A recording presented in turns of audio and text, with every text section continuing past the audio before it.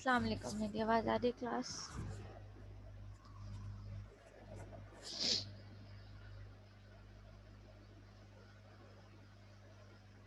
ठीक है। अच्छा जी, सबसे पहले तो आप लोगों के मैंने जो है वो असाइनमेंट्स और क्विज़ेस के मार्क्स एलएमएस पे अपलोड कर दिए हैं। मैम अब आपकी आवाज़ बहुत स्लो आ रही है। अच्छा ठीक है, अब बेहतर है? सो इसलिए आ रही है कि मैं स्लो बोल रही हूँ।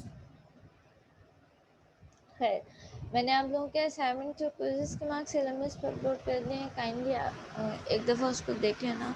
किसी के मार्क्स अपलोड नहीं हुए हुए या किसी चीज़ के मार्क्स मिस हैं, ठीक है, ज़ीरो का मकसद है कि आपने सबमिट नहीं किया है, ठीक है। अगर आपके किसी भी असाइनमेंट या क्विज़ में ज़ीरो मार्क्स हैं और यू नो कि आपने सबमिट किया और यू हैव द प्रूफ, ठीक है, तो आप मुझे उस प्रूफ का एक स्क्रीनशॉट भेज दो। एलएमएस पे अपलोड नहीं है, एलएमएस पे जो थे उसके मार्क्स मैंने अपलोड किए हैं, ठीक है। उसके अलावा किसी का कोई इशू था और उसने मुझे सेंड किया है, मुझे नहीं मिला है या मिस हो गया है किसी भी वजह से, तो मुझे स्क्रीनशॉट भेज दो। अगर तो आपने मुझे भेजा था उस ईमेल एड्रेस, ईमेल किया था या एलएमएस पे अपलोड किया था या जो भी, ठीक है। अदरवाइज़ जिन्होंने नहीं सबमिट किया है वो ऑब्वियसली अब नहीं सबमिट किया तो ज़ाहिर है ज़ीरो होंगे। आपको खुद पता है आपने सबमिट किया है असाइनमेंट या क्विज़ या नहीं, जो भी है, ठीक है। अच्छा जी, जी सिद्रा फरमाइए। मैम वो ना क्या कहते हैं, हमारा एलएमएस आज खुल जाएगा, हम अपना असाइनमेंट उस पर सबमिट कर दें। नहीं, अब कोई फ़ायदा नहीं है बेटा, डेडलाइन गुजर चुकी है। मैम वो तो हमारा एलएमएस खुला ही नहीं था, आपने कहा था ईमेल के अलावा कुछ कहीं पे भी एक्सेप्ट नहीं वो एलएमएस के अलावा कहीं पे भी एक्सेप्ट नहीं होगा। असाइनमेंट के लिए नहीं कहा था, वो क्विज़ के लिए कहा था, क्विज़ और मिड टर्म के लिए कहा था। मैम देखें ना, आप थोड़े मार्क्स रिटाइप कर लें। नहीं, थैंक यू सो मच। अच्छा खैर, आप मुझे प्राइवेट मैसेज पे बात कीजिएगा, क्लास का टाइम वेस्ट ना करें, ठीक है। अच्छा, तो जिसका भी कोई भी ऐसा जेन्युइन इशू है वो मुझसे डिस्कस कर ले प्राइवेट मैसेज पे, ठीक है। अच्छा, सेकेंडली ये कि मिड टर्म के मार्क्स भी मेरे पास आपके मौजूद हैं, ठीक है। बट मिड टर्म के मार्क्स मैं अपलोड नहीं कर सकती, उसकी रिक्वेस्ट मैंने सेंड की हुई है। वो जैसे ही अनलॉक हो जाएंगे मेरे पास से तो मैं वो भी अपलोड कर दूँगी आपके मिड टर्म के मार्क्स, ठीक है। जब मिड टर्म में मैं ज़्यादा सबके मार्क्स तो इस तरह से नहीं बता पाऊँगी, बट मैं ये कर सकती हूँ कि मैं मिड टर्म के हाईएस्ट मार्क्स बता देती हूँ कि किसके हैं। ओके, एक मिनट।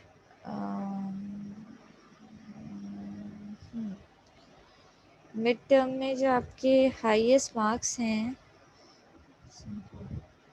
ओके, आरिफ के हाईएस्ट मार्क्स है भाई, ठीक है। मिड टर्म में Arif got the highest marks, ठीक है। और अनम आपके सेकंड हाईएस्ट मार्क्स हैं, ठीक है। मार्क्स अपलोड हो गए हैं बाकी चीज़ों के, ठीक है, सिर्फ मिड टर्म के रह गए। और मिड टर्म के जैसे ही रिक्वेस्ट अप्रूव होगी तो मैं मिड टर्म के भी मार्क्स अपलोड कर दूंगी, ठीक है। जगदेश, फैजान, मैं बिल्कुल एक एक करके मार्क्स नहीं बताने वाली हूँ, ठीक है। मैम मेरे सबसे लोएस्ट है ना। बेटा ये मैंने चेक नहीं किया लोएस्ट किसके हैं और ये मैं बताना भी नहीं चाहूँगी बिल्कुल भी, वो आप खुद ही देख लीजिएगा। मैंने एक तो देखी नहीं है किसके किसके लोएस्ट है। हाँ, हाईएस्ट जो है वो बिल्कुल भी नहीं, ग्रुप में फाइल अपलोड कर दें, क्यों कर दें, किसको जीमेल कर दें, हम नहीं कर रहे, ठीक है।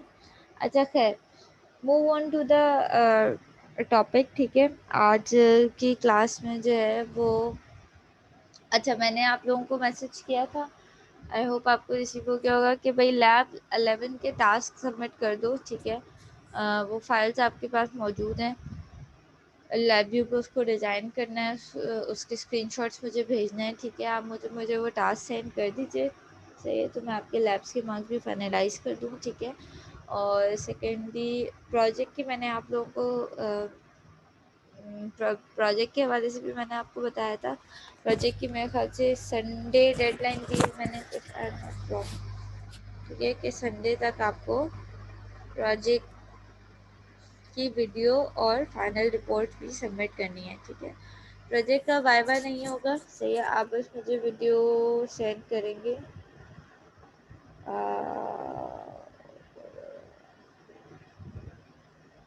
अच्छा जी, मैं एक बार चेक कर लूँ कि मैंने क्या डेडलाइन दी है।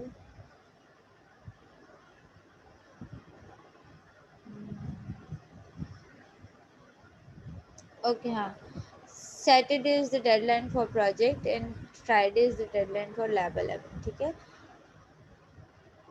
लैब 11 एलएमएस पे सबमिट करवानी है। मैं अभी उसका ऑप्शन एनेबल कर देती हूँ, आरिफ, ठीक है।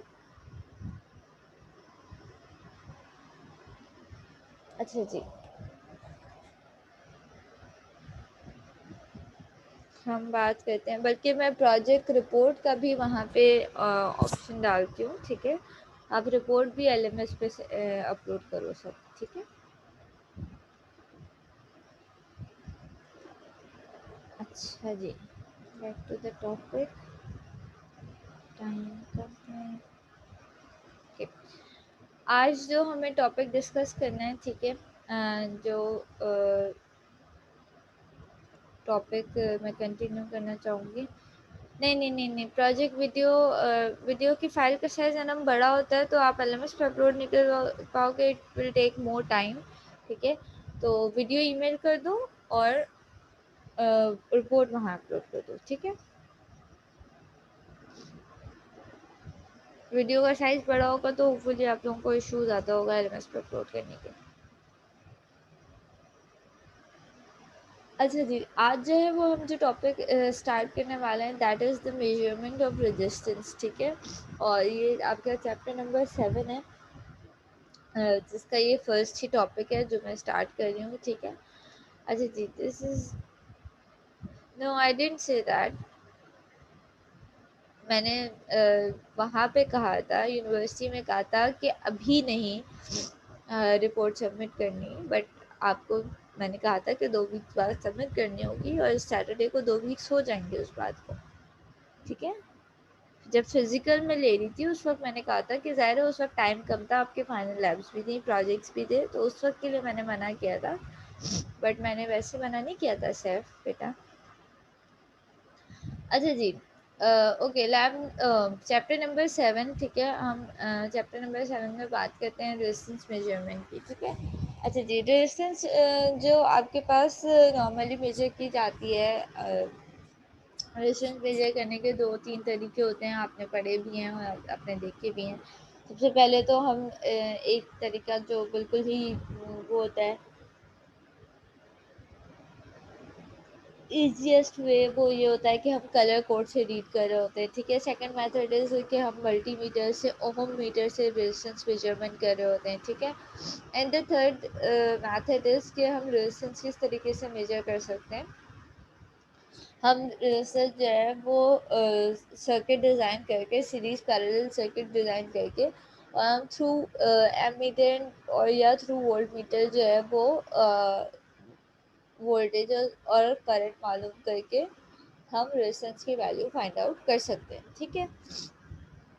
अच्छा जी, जो प्रैक्टिकली जो रेजिस्टेंस की मेजरमेंट के तरीका जो ज़्यादा एक्यूरेट समझा जाता है, जो ज़्यादा एक्यूरेट कहा जाता है, दैट इज़ बेसिकली जो हमारे पास वो वाला ओहम मीटर के थ्रू जो रेजिस्टेंस मेजर की जाती है, उसको ज़्यादा एक्यूरेट नहीं समझा जाता, ठीक है। हम क्योंकि लैब में हम टेस्टिंग सर्किट्स बना रहे होते हैं, टेस्ट सर्किट्स बना रहे होते हैं, वहाँ पे हमें रेजिस्टेंस की पॉइंट्स की वैल्यू से इतना फ़र्क नहीं पड़ रहा होता, तो हम उसको बेयर कर लेते हैं, ठीक है। फर्स्ट फॉर सपोज आपने बहुत दफ़ा देखा है कि भाई अगर मेरे पास 470 ओम का रेजिस्टेंस है, तो समटाइम्स वो जो है 468, 469 या 467 इस तरीके से वैल्यू दिखा रहा हो, या 4872, 73। तो क्योंकि ज़ाहिर है हम इतने कॉम्प्लेक्स सर्किट्स नहीं बना रहे होते, तो अल्टीमेटली हमारे पास इतना फ़र्क उससे नहीं पड़ता, ठीक है। हम इसलिए उसकी टॉलरेंस को बेयर कर लेते हैं, ठीक है। बट समटाइम्स जब आपके कॉम्प्लेक्स सर्किट्स होते हैं और जब आपके पास डिज़ाइनिंग की बात आती है, सिस्टम डिज़ाइनिंग की बात आती है, तो ऑब्वियसली वहाँ आप एरर नहीं चाहते, ठीक है। आप देखते भी आए हैं और आप प्रैक्टिकली करते भी आए हैं सॉल्व, कि हमेशा हमारे पास जो थ्योरेटिकल वैल्यू होती है वो एक्यूरेट होती है, मतलब ज़ाहिर हम कैलकुलेशन से जो निकाल रहे होते हैं। जो हमारे पास प्रैक्टिकल वैल्यू होती है as compare to that value, एक सर्किट में हार्डवेयर पे बनाऊँ और एक उसी सर्किट को मैं जो है वो हाथ से सॉल्व करूँ या सिमुलेशन से बनाऊँ, तो ऑब्वियसली मेरे पास रिजल्ट्स में माइनस या डिफरेंस आ रहा होता है, ठीक है, मेजर्ड वैल्यू और कैलकुलेटेड वैल्यू में, ठीक है। तो हम उस चीज़ को ज़ाहिर है इस लेवल पे तो बेयर कर लेते हैं, लेकिन जब हम डिज़ाइनिंग की तरफ जाते हैं जहाँ एक एक पॉइंट का एक एक पर्सन का जो है वो इफ़ेक्ट पड़ रहा होता है हमारे सिस्टम पे, तो ऑब्वियसली हम नहीं चाह रहे होते कि इस तरीके के कोई भी मसाला है। तो accurate resistance is the most important requirement, ठीक है। अच्छा जी, तो जो ओहम मीटर से रेजिस्टेंस मेजर की जाती है उसको प्रैक्टिकली जो है वो ज़्यादा एक्यूरेट नहीं समझा जाता, इसलिए जो मोस्टली मेथड यूज़ होते हैं वो using volt meter and ammeter होते हैं, मतलब हम सीरीज सर्किट बना के और उसके थ्रू जो मेजर करते हैं, ठीक है, सीरीज या पैरेलल सर्किट बना के। अच्छा जी, जो बहुत ज़्यादा लो रेजिस्टेंसेस होती हैं, ठीक है, उनको यूज़ मेजर करने के लिए आपके पास ammeter shunt instruments use किए जाते हैं। एम मीटर शंट इंस्ट्रूमेंट क्या होते हैं, आप ऊपर volt meter, ammeter, PMMC base और एनालॉग डिजिटल सब देख के आए हो, ठीक है। तो जो बहुत लो रेजिस्टेंसेस होती हैं, सही है, उसको एमीटर शंट रेजिस्टर को मॉडिफाई किया जाता है, उसमें व्हीटस्टोन ब्रिज लगाया जाता है, ठीक है। और उसके लिए उस एमीटर शंट इंस्ट्रूमेंट को मॉडिफाइड फॉर्म जिसमें व्हीटस्टोन ब्रिज लगाया जाता है, उसको कहा जाता है कैल्विन ब्रिज, ठीक है। तो ये कैल्विन ब्रिज का जो इंस्ट्रूमेंट होता है वो बेसिकली यूज होता है for measuring the very low resistance, ठीक है। और हाई रेजिस्टेंस के मेजरमेंट के लिए आपके पास जो है वो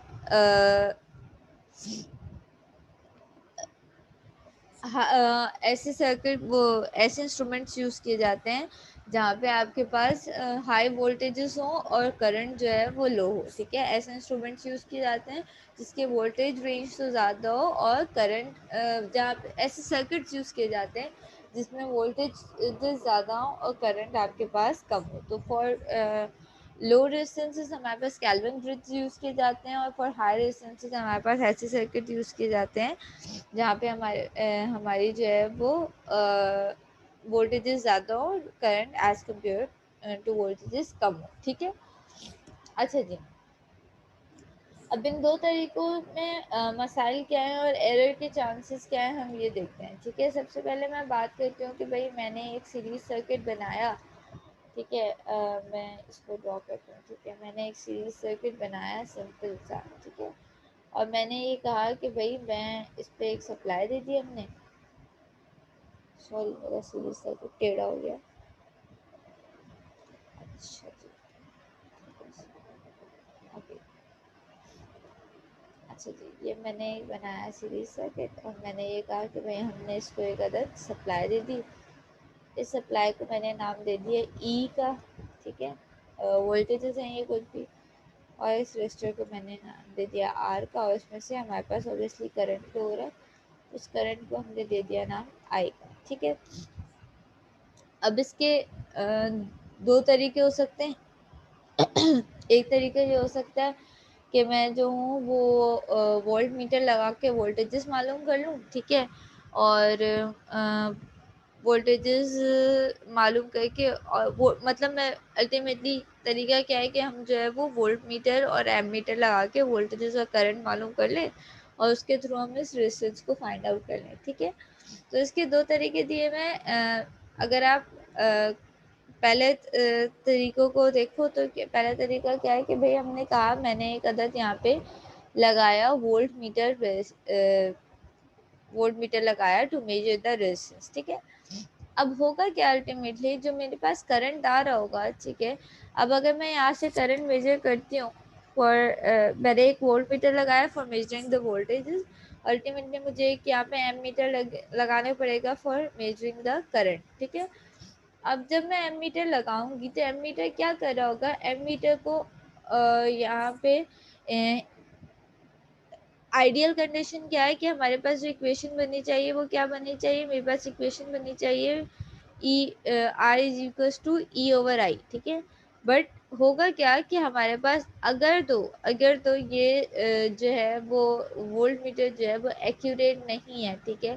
ज़ाहिर है वोल्ट मीटर भी एक इंस्ट्रूमेंट है और इसकी अपनी भी कोई ना कोई इंटरनल रेजिस्टेंस है, ठीक है। और प्रैक्टिकली ऐसा होता है, इंटरनल रेजिस्टेंस होती हैं, ठीक है।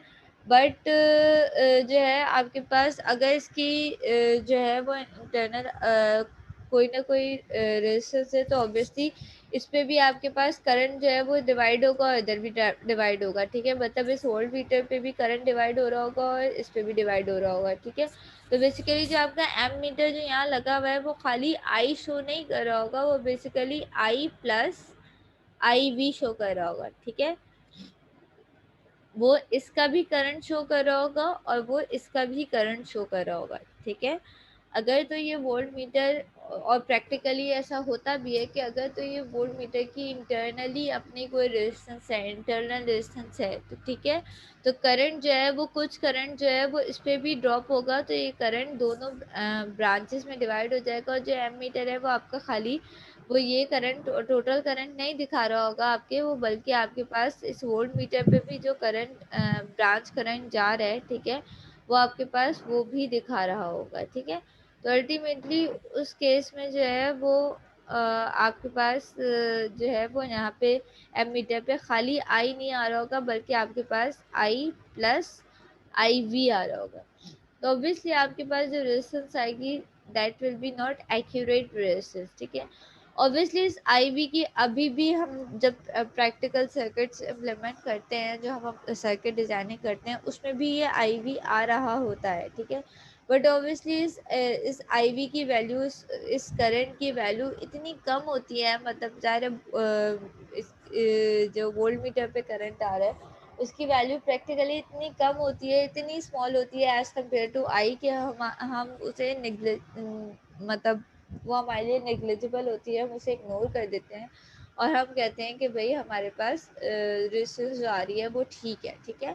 लेकिन हम अभी तक जो हम प्रैक्टिकल सर्किट्स करते आए हैं उसमें हम यही काम कर रहे होते हैं कि अगर हमारे पास इस तरीके से हो रहा है कि वोल्ट मीटर लगा हुआ है और हमने एम मीटर लगाया है, तो एम मीटर खाली रेजिस्टेंस का करंट शो नहीं करेगा, बल्कि आपके पास वो जो वोल्ट मीटर की वजह से करंट डिवाइड हो रहा है वो भी आपके पास अल्टीमेटली शो करेगा, ठीक है। तो that is the case. Saif बेटा आप कुछ बोलना चाह रहे थे, आपने माइक म्यूट किया था, कुछ बोलना चाह रहे हो तो मैसेज कर दो, मैं देख लेती हूँ मैसेज, ठीक है। अच्छा जी, तो this is the first case, ठीक है। इसी का दूसरा केस क्या हो सकता है, इसी का दूसरा केस ये हो सकता है कि भाई हमारे पास अब एक एम मीटर लगा हुआ है और फिर हमने एक वोल्ट मीटर लगाया है, किस तरीके से कि भाई मेरे पास ये सर्किट है, ठीक है, और ये मेरे पास वोल्टेज सप्लाई है दैट इज ई से। अच्छा जी, हमने क्या किया, हमने पहले एक अदद लगाया है यहाँ पे,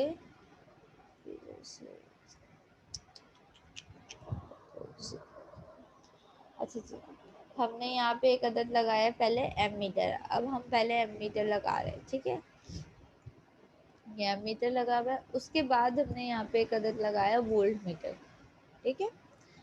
अब क्या होगा, अब ये होगा कि जो आपका वोल्ट मीटर वोल्टेजेस दिखा रहे हैं, ठीक है, अगर तो इस एम मीटर की इंटरनल रेजिस्टेंस है तो ज़ाहिर है इस पे भी कुछ वोल्टेज ड्रॉप आ रहा होगा, ऑल दो हो सकता है वो वोल्टेज ड्रॉप माइक्रो वोल्ट्स या मिली वोल्ट्स में हो, बहुत छोटा हो। लेकिन अल्टीमेटली अगर हम एक्यूरेसी की बात करें, एक्यूरेट वैल्यू की बात करें, तो आपके पास वोल्टेज इन दोनों में डिवाइड हो रहा होगा। तो आपके पास जो वोल्ट मीटर आपके पास वोल्टेजेस शो कर रहा होगा वो खाली इसके वोल्टेजेस शो नहीं कर रहा होगा, वो बेसिकली एम मीटर जो खाली रजिस्टर का ड्रॉप शो नहीं कर रहा होगा जो वोल्ट मीटर है, बल्कि वो आपके पास इस एम मीटर का ड्रॉप भी शो कर रहा होगा। तो अगर मैं इसकी इक्वेशन लिखूं, ठीक है, तो आपके पास इसकी इक्वेशन में खाली आपके पास ई नहीं आ रहा होगा, बल्कि आपके पास ई प्लस ई ए आ रहा होगा, ठीक है, ठीक है, तो इसकी इक्वेशन क्या बनेगी कि भाई आपके पास आर जो है वो किसके बराबर, आइडियली आर किसके बराबर होना चाहिए, E divided by I K, ठीक है। बट इन दिस केस आपके पास ई नहीं होगा, खाली ई प्लस ई ए भी मौजूद होगा, जो आपके पास किस पे ड्रॉप आ रहा है, जो आपके पास आपके एमीटर की पे ड्रॉप आ रहा है, ठीक है। तो दिस इज द केस जब आपके पास, इन केसेस में हम कहते हैं कि भाई ये फ़र्क पड़ता है आपके पास जब आप थ्रू सीरीज पैरेलल सर्किट्स आप रेजिस्टेंस की वैल्यू को मेजर करते हो, ठीक है। प्रैक्टिकली जो रेजिस्टेंस के वैल्यू को मेजर करने का सबसे एक्यूरेट तरीका समझा जाता है, वो समझा जाता है आपके पास व्हीटस्टोन ब्रिज का, ठीक है। व्हीटस्टोन ब्रिज कहा जाता है कि भाई Wheatstone bridge gives the most accurate value of resistance, ठीक है। अच्छा खैर, अब आपने ये मसाइल देख लिया कि भाई हमारे पास सीरीज सर्किट में अगर हम पहले एमीटर लगाते हैं तब हमारे पास क्या मसला है, और अगर हम पहले वोल्ट मीटर लगाते हैं तब हमारे पास क्या मसला है। अगर हम पहले एमीटर लगा देते हैं तो हमारे पास सॉरी पहले वोल्ट मीटर लगा देते हैं तो हमारे पास करंट ब्रांच में डिवाइड होने लगता है, ठीक है। और अगर हम पहले एमीटर लगा देते हैं तो हमारे पास वोल्टेजेस ड्रॉप वोल्टेज ड्रॉप होने लगते हैं हमारे मीटर पे भी और हमारे एक्चुअल रेजिस्टेंस पे भी, ठीक है। दैट्स वाई हमारे पास एक्यूरेट वैल्यू नहीं आती, सही है। इससे रिलेटेड है वो हम इससे रिलेटेड जो है वो हम न्यूमेरिकल गिवन है, एक प्रैक्टिस प्रॉब्लम हम वो देख लेते हैं।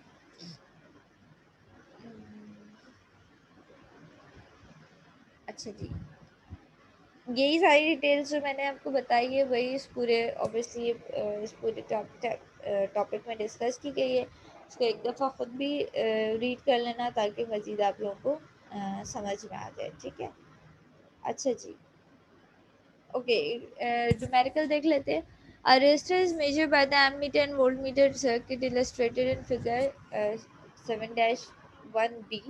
इस सर्किट की बात हो रही है आपके पास 7-b की, ठीक है, जहाँ पे आपके पास E प्लस ई ए आ रहा है, ठीक है। Okay, the measured current is 0.5 ampere, current की वैल्यू 0.5 एम्पेयर दी हुई है, ठीक है। The volt meter indication is 500 volt, volt meter की इंडिकेशन क्या है, वो वोल्ट मीटर आपका 500 वोल्ट दिखा रहा है, ठीक है। The ammeter has a resistance R A, ammeter की अपनी भी रेजिस्टेंस है, that is R A 10 ohm, ठीक है। The voltmeter on a 1000 range has the sensitivity of 10 kilo ohm per volt, calculate the value of R, ठीक है। आपको volt meter की क्या बताई हुई है, आपको वोल्ट मीटर की सेंसिटिविटी बताई हुई है और आपको उसकी एम मीटर की जो है वो रेजिस्टेंस बताई हुई है, ठीक है।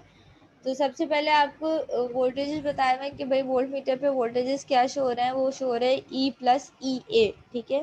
तो ई प्लस ई ए के किसके बराबर है, 500 वोल्ट्स के। टोटल जो वोल्ट मीटर पे वोल्टेज शो हो रहा है वो बताया गया आपको, ठीक है। और करंट क्या बताया गया आपके पास 0.5 एम्पेयर, ठीक है। तो अल्टीमेटली है कि आपके पास जो रेजिस्टेंस है वो बेसिकली ये, क्योंकि आपके पास आर ए गिवन है, ठीक है। इसका मतलब जो ये वोल्टेजेस और ये जो करंट आ रहा है ये खाली एक रेजिस्टर पे नहीं आ रहा है, ये बल्कि दोनों रेजिस्टर्स का सम है, ठीक है। दो रेजिस्टर सीरीज में लगे हुए हैं, एक आर ए एमीटर की रेजिस्टेंस है और दूसरी आपकी जो अननोन रेजिस्टेंस है जो फाइंड आउट करनी है। तो आर ए प्लस आर बराबर है E plus E A divided by I K, ठीक है। आपके पास ई प्लस ई ए की वैल्यू क्या थी, 500 डिवाइडेड बाई 0.5, ये बनी 1000। 1000 में से आप ये आ रहे इधर चले जाएगा तो माइनस हो जाएगा, तो 1000 माइनस 10, तो आपके पास रेजिस्टेंस की वैल्यू क्या बनी, रेजिस्टेंस की वैल्यू आपके पास बनी 990 ओम्स, ठीक है। रेजिस्टेंस की वैल्यू आपके पास क्या बनी, 990 ओम्स, सही है। अच्छा जी, इसका मतलब जो रेजिस्टेंस था after incorporating that resistance of ammeter, जो आपके पास खाली उस रेजिस्टर की वैल्यू बनी दैट इज 990 ओम्स, ठीक है। अच्छा जी, अब एक और एग्जांपल दी हुई है कि आप दूसरे केस में किस तरीके से सॉल्व कर सकते हो। If the ammeter, voltmeter and resistance are in example 7-1 are reconnected in the form of 7-1 A. वो कह रहे हैं अब हमने कॉन्फ़िगरेशन चेंज कर दी, अब हम कह रहे हैं कि हमने रिकनेक्ट किया हुआ है कॉन्फ़िगरेशन ए की तरह से, ठीक है। Determine the ammeter and voltmeter indication, वो कह रहे हैं अब आप एमीटर और वोल्टमीटर के इंडिकेशन बनाएं, ठीक है, बताएं, ठीक है। अच्छा, तो सबसे पहले यहाँ पे क्या निकाली हुई है, आर वी निकाली हुई है, जो हमारे पास रेंज दी हुई थी बेसिकली वोल्ट मीटर की, ठीक है। वो यहाँ पे देखो एक रेंज दी हुई थी, the volt meter is 1000 volts sensitivity जो गिवन थी आपके पास, ठीक है, 1000 वोल्ट्स पर 10 किलो ओम पर वोल्ट, ठीक है। 1000 वोल्ट रेंज पे आपके पास सेंसिटिविटी क्या थी, 10 किलो ओम पर वोल्ट थी, ठीक है। तो इसके थ्रू हमने क्या निकाल लिया, हमने इसके थ्रू 1000 × 10 किलो के को करके हमने रेजिस्टेंस निकाल ली, किसकी, वोल्ट मीटर की रेजिस्टेंस निकाल ली, ठीक है। अब जब हमारे पास वोल्ट मीटर पैरेलल में आ जाएगा, सर्किट ए क्या था, सर्किट ए ये था, अगर आपको याद हो मैं रीड्रॉ कर लेती हूँ, कि हमारे पास वोल्ट मीटर और रेजिस्टेंस जो है वो दोनों एक दूसरे के पैरेलल में आ रही थी, ठीक है, कुछ इस तरीके से, ठीक है। तो हमने क्या किया, इसकी रेंज के थ्रू हमने इसकी वैल्यू निकाल ली, 1000 × 10 के थ्रू, तो इसकी क्या वैल्यू बनी, 10 मेगा वैल्यू बनी इसकी, 10 मेगा, ठीक है। और इसकी वैल्यू हमें क्या गिवन थी, पिछले ही एग्जाम्पल में हमने सॉल्व की थी, रेजिस्टेंस की वैल्यू हमारे पास क्या आई थी, 990 ओम, ठीक है। अब इन दोनों को पैरेलली सॉल्व करेंगे, इन दोनों को पैरेलली सॉल्व करके हमारे पास क्या आंसर आया, 989.9 ओम, ठीक है। सप्लाई वोल्टेजेस कितने थे हमारे, 500 वोल्ट्स, ठीक है। इसके थ्रू हमने क्या किया, हमने वोल्ट मीटर की रीडिंग निकाल ली, ठीक है।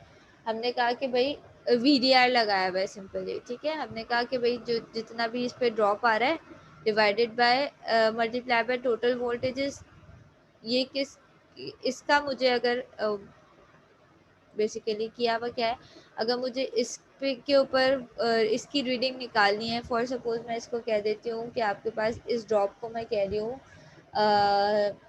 EV, ठीक है। अगर मुझे EV की वैल्यू निकालनी है, ठीक है, तो EV की वैल्यू मैं किस तरीके से निकाल सकती हूँ, इन दोनों की जो पैरेलल रेजिस्टेंस सॉल्व हो के आई उसको मैंने कहा RT, ठीक है, दैट इज 989.9, ठीक है। तो अगर मुझे EV निकालनी है तो मैं किस तरीके से निकाल सकती हूँ, मैं कहूँगी भाई RT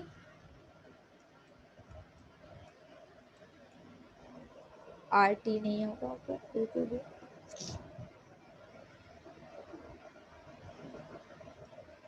हाँ ठीक है, RT प्लस जो हमारे पास एक और रेजिस्टेंस आ रही थी, ठीक है, वो कौन सी रेजिस्टेंस मौजूद थी हमारे पास, क्योंकि हम पार्ट ए वाले सर्किट और वैल्यू यूज़ करें तो एमीटर की भी रेजिस्टेंस मौजूद थी, ठीक है।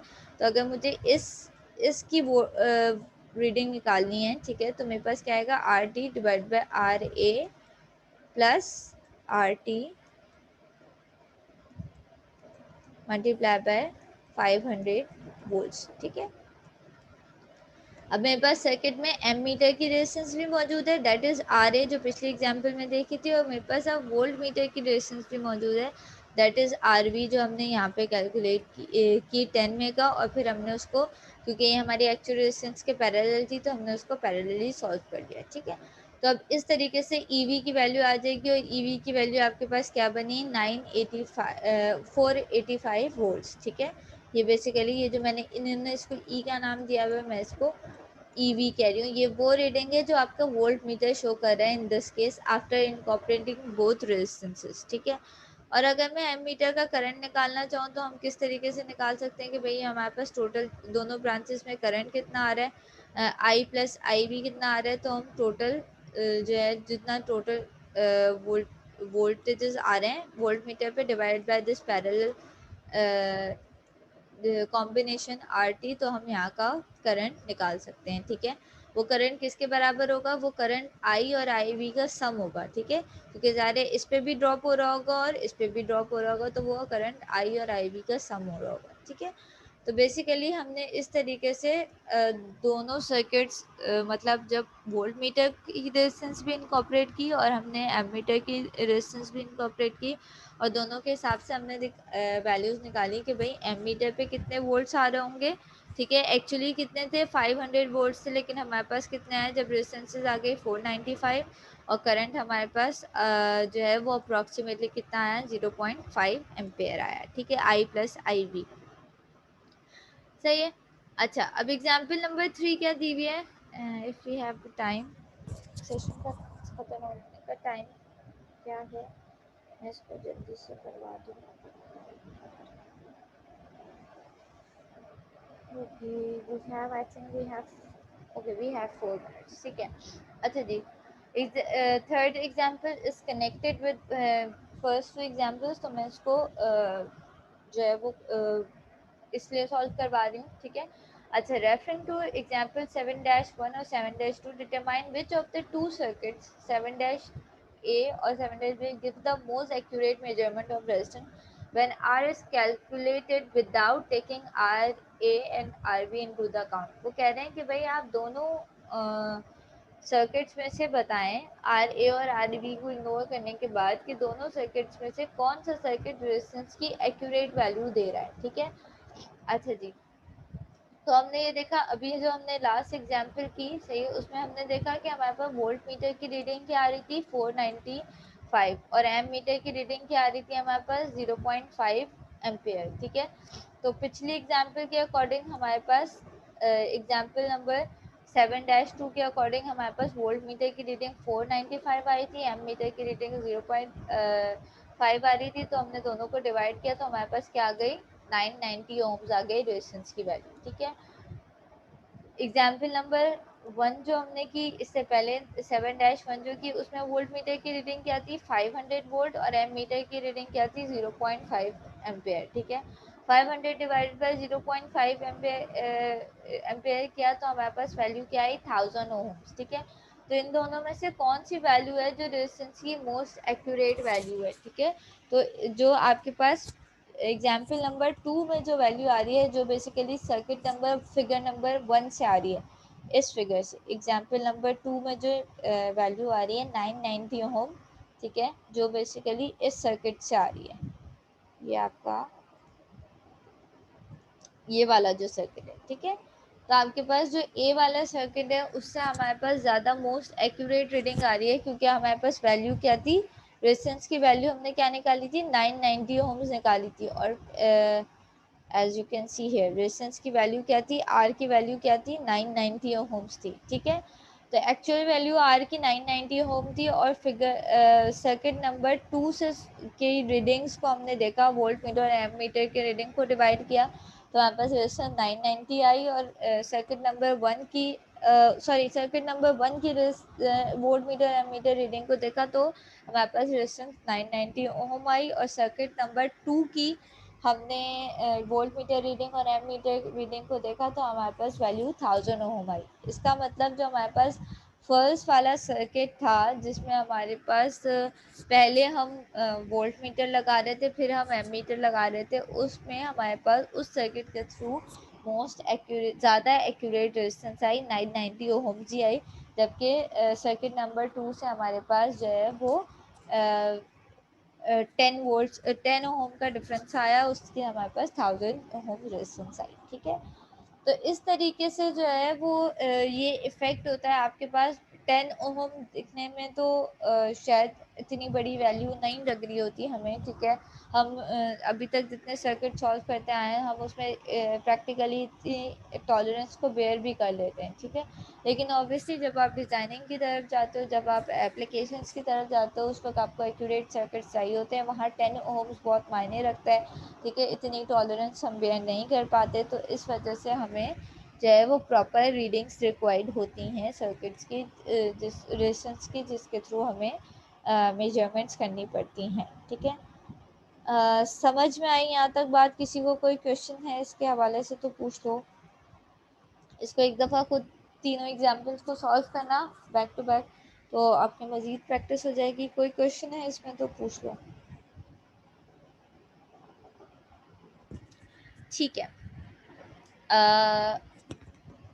इंशाल्लाह ताला फिर कल की क्लास में मिलते हैं। फिर हम कल मज़ीद चीज़ें डिस्कस करते हैं और फिर इसको ये टॉपिक तो खैर यहाँ पे ख़त्म हो गया। कल होपफुली मैं बीटस्टोन ब्रिज का टॉपिक शायद स्टार्ट करवाऊँ। ठीक है, तो इंशाल्लाह ताला कल की क्लास में फिर हम डिस्कस करते हैं। ठीक है, remaining topic. I am again repeating, जिसने लेट ज्वाइन किया है कि बेटा एक एलएमएस पे अपने मार्क्स देख लेना कुछ असाइनमेंट्स के। जिसके मार्क्स ज़ीरो लगे हुए हैं उसका मतलब उसने सबमिट नहीं करवाया है। सबमिट नहीं करवाया और आपको लगता है कि आपने सबमिट करवाया है तो सेंड मी द स्क्रीनशॉट। अगर मेरे पास किसी वजह से मिस हो गया होगा तो मैं आपके मार्क्स लगा दूँगी। ठीक है, जब तक के लिए फ़ी अमान अल्लाह।